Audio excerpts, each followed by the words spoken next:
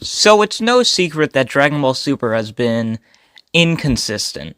Some moments it reaches the sheer narrative brilliance of the Frieza or Saiyan saga, other times it leaves me questioning whether or not I actually like anime. The Moro arc is a perfect example. Awesome character design, interesting motivation and backstory, uses characters we haven't seen in a while, but then Moro powers up and this shit just kind of becomes a worse combination of the Boo and Cell arcs. However, after a mid-ending to Moro, we had a little hope with the introduction of Granola.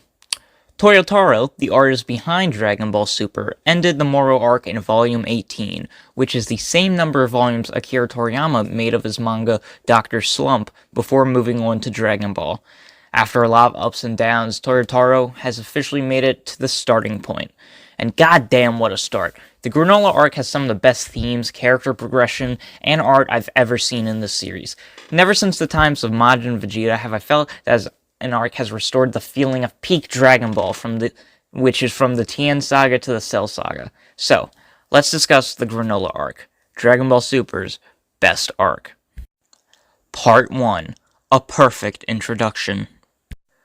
Dragon Ball is filled with amazing introductions. The shocking tone-changing reveal of Krillin's death in Piccolo, the world-building of Raditz in the Saiyan Saga, and the amazing cat-and-mouse chase of the early Namek Saga.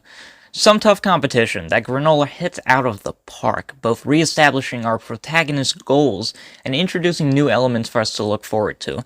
Let's start off with Granola, who just has an incredible design. I'm gonna be real with you, I get a hard-on anytime I see a bounty hunter character. Granola's simple clothing, the tech he uses as a sniper, the calculated ways he takes out enemies, he's a cold-hearted killer, wandering the galaxy with not much more than his past trauma. That being the destruction of his homeland by the Saiyans. This first chapter is brilliant. With very little words, Granola is connected to the world by naturally playing off the established world building. Granola is here for one thing, revenge. Is that fucking Bardock? But who gives a shit? We're all here for more Goku and Vegeta. What I've loved about the recent Dragon Ball work is the emphasis on finding your own strength as a theme. So we cut to Whis and Goku training, and oh boy is our main man struggling. This man has just barely been able to scratch the surface of Ultra Instinct in the 6 years he's had it. Meanwhile, Vegeta, in a rare bit of reflective maturity, decides to go a different route. Once Beerus tells him about God of Destruction Key. Beerus' teaching method being just to talk shit about how he killed Vegeta's race, then curb stomp him, is crazy. Vegeta's new goal is clear.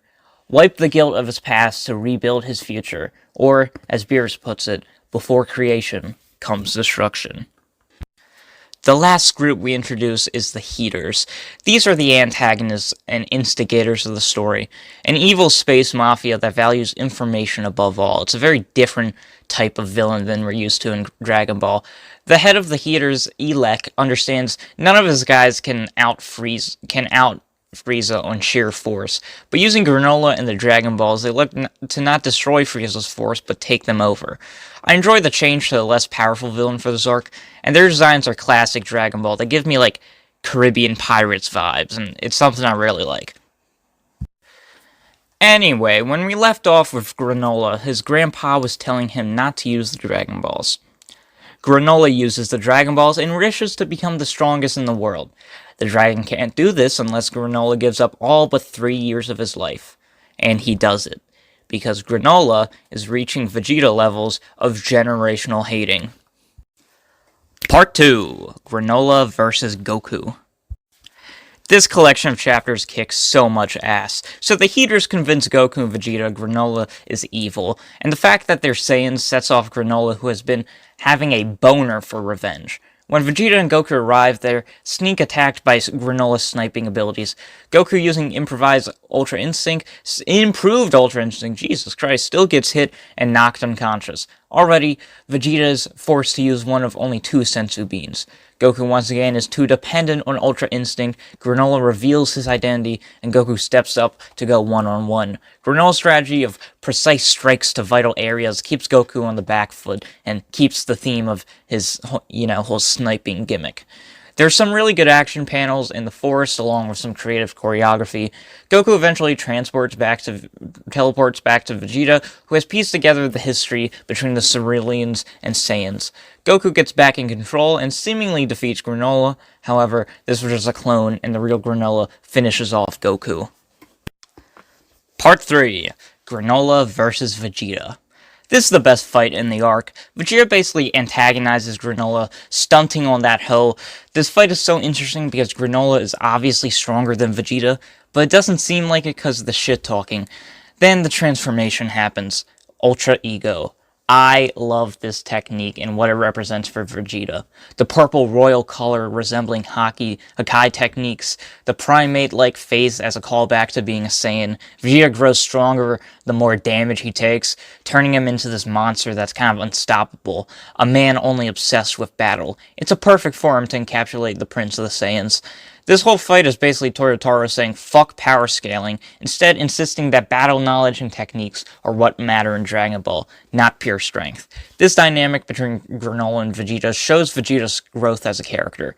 Once a man who valued strength above all else is forced to re-examine his own beliefs and comes out a more mature man and fighter, transferring his natural gifts into an insane work ethic because of the man that humbled him. Vegeta is the Kobe Bryant of anime.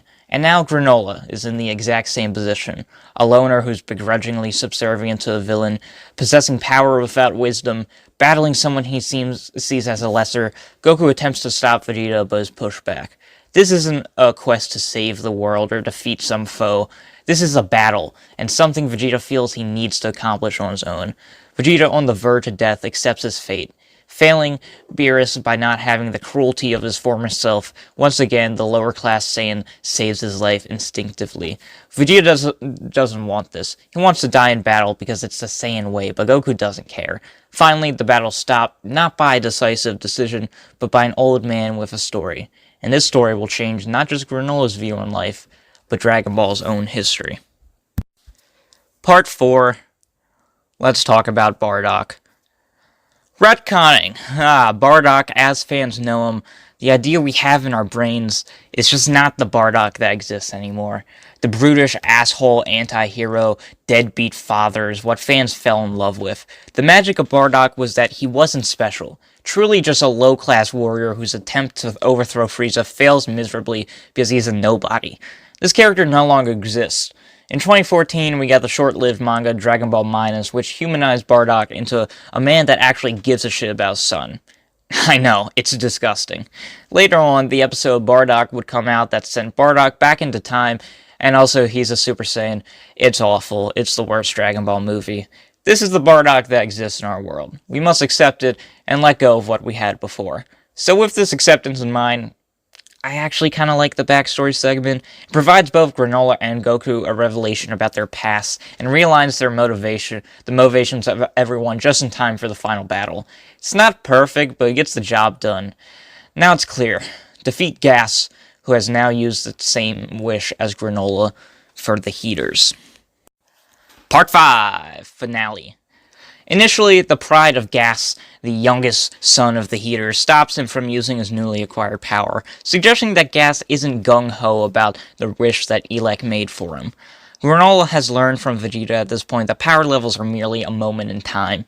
However, Gas is just too brutish, too powerful, too one-track minded in revenge. Next up, Goku steps in to try. This part of the fight is my favorite. Goku using instant transmission to buy time as he and Gas planet hop, getting a couple cameos from a couple characters, some light comedy here and there. Goku loses Gas for a while, frustrated at his failure. Goku recalls his parents. This is a character moment I love. Goku has always been at best disinterested in his Saiyan heritage, but at this moment he pieces together the meaning of Saiyan pride.